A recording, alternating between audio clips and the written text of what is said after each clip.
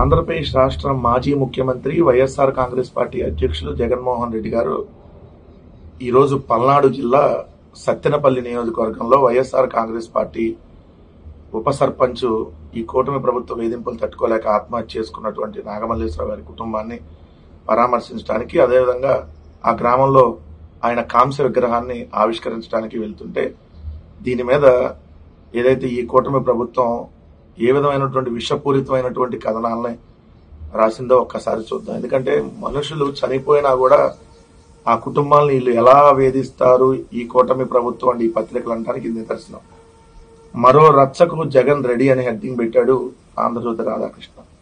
యోగా దినోత్సవానికి ముందు రగడకు సన్నద్ధం, నేడు పల్నాడులో పర్యటన, ఏడాది కిందట ఆత్మహత్య చేసుకుంటే ఇప్పుడు పరామర్శ విగ్రహావిష్కరణ, వైసీపీ గెలుస్తుందని 1.5 బెట్టింగ్, ఇతరుల సొమ్ముతో నాగమల్లేశ్వరరావు పందెం, డబ్బులు ఇవ్వలేక పురుగుమంది తాగా ఆత్మహత్య, ఆయన చనిపోయింది గత ఏడాది జూన్ 9న, కూటమి అధికారంలోకి వచ్చింది 12వ తేదీన, ప్రభుత్వ వేధింపులే కారణం అంటూ వైసీపీ ఆరోపణ అని చెప్పి మరో రచ్చకు జగన్ రెడీ అని చెప్పి మళ్ళీ లోపల పెద్ద హెడ్డింగ్. మీ వల్ల చనిపోయిన వ్యక్తి కుటుంబాన్ని ఏమని ఓదారుస్తారు? ఈయన ఎవరు? కణా లక్ష్మీనారాయణ, అక్కడ ఎమ్మెల్యే. రెంటపాల పర్యటన విరమించుకోవాలని హితవు, నాగమల్లేశ్వరరావు ఆత్మహత్యకు జగనే కారణం, కాన్వాయ్ కాకుండా 3 వాహనాలు 100 మందికి అనుమతి, జగన్ పర్యటనపై పల్నాడు ఎస్పీ విస్పష్ట ప్రకటన.